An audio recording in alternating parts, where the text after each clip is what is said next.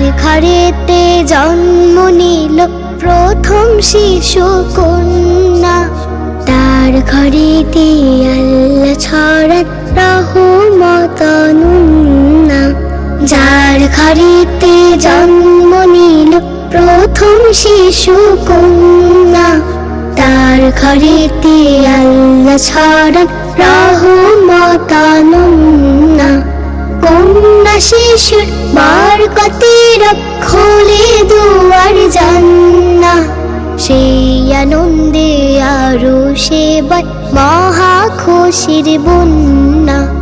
যার ঘরেতে জন্ম নিল প্রথম শিশু কন্যা, তার ঘরেতে আল্লাহ ছড়ান রহমত অনন্যা।